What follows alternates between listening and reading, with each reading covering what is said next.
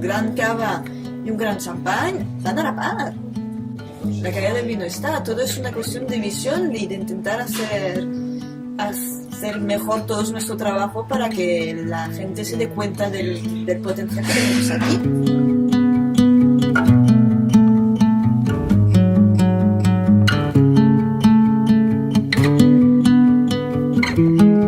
Cuando ya empiezas a probar esos cavas de larga crianza, de repente dices, aquí estamos en otro mundo, aquí estamos en otro nivel y aquí hay mucho que contar. Al principio, igual hace 11 años, no. Tampoco había tanta oferta, quizás. Llegamos nosotros con Enoteca, empieza a llegar mucha oferta y de repente se abre un mundo, ¿eh? Se abre un mundo en el momento en que tú ves que ya no hay... y que la gente está dispuesta a pagar por ello. No, yo quiero un cava, pero quiero uno bueno. Y ya dices, vamos a sacarnos.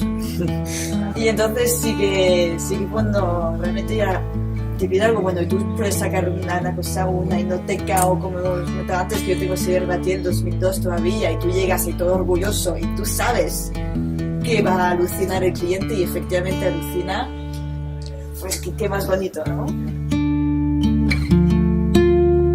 Yo creo que la crianza es que bueno, ya sobrepasamos el tiempo mínimo del gran reserva, es decir, con el gran reserva de 30 meses ya no importa esto, es lo que el productor considere que a partir de ahí le haga falta.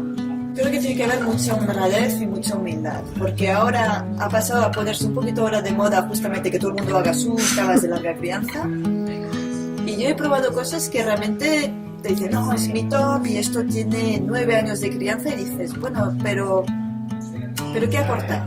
O sea, realmente dices, no lo acabo de entender. Entonces, no buscar larga crianza por buscar hacer ahora un producto top porque yo lo quiero y busco puntos y busco hacer un cava de 90-100 euros.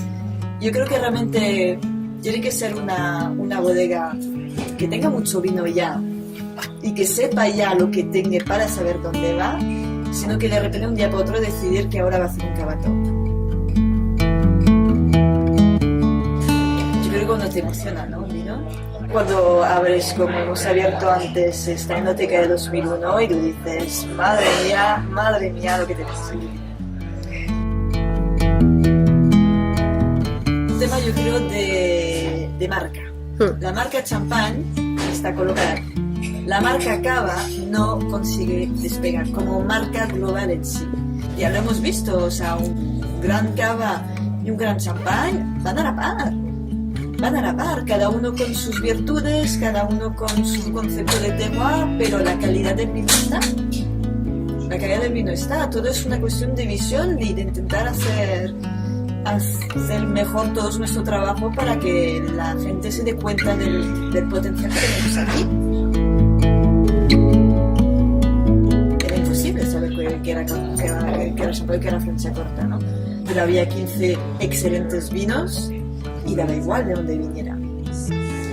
Si consiguiéramos que todo el mundo se diera cuenta de la capacidad que tiene el cava, ¿cuánto cambiaría la imagen de cava? Sería.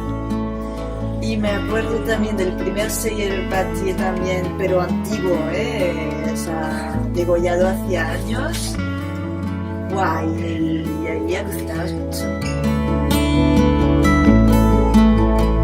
La cata ciegas, ¿no? Que hicisteis cuando sacasteis de Enoteca y yo me acuerdo que lo que mejor puntué así a ciegas fue un Yerbatier 99 y todo convencida, realmente de decir, es que era un muy buen vino. Y dices que no falla, es que al final no era un recién degollado y era un vino que estaba hecho para emocionar. Desde el principio empiezas muy alto, entonces no te puede fallar nunca.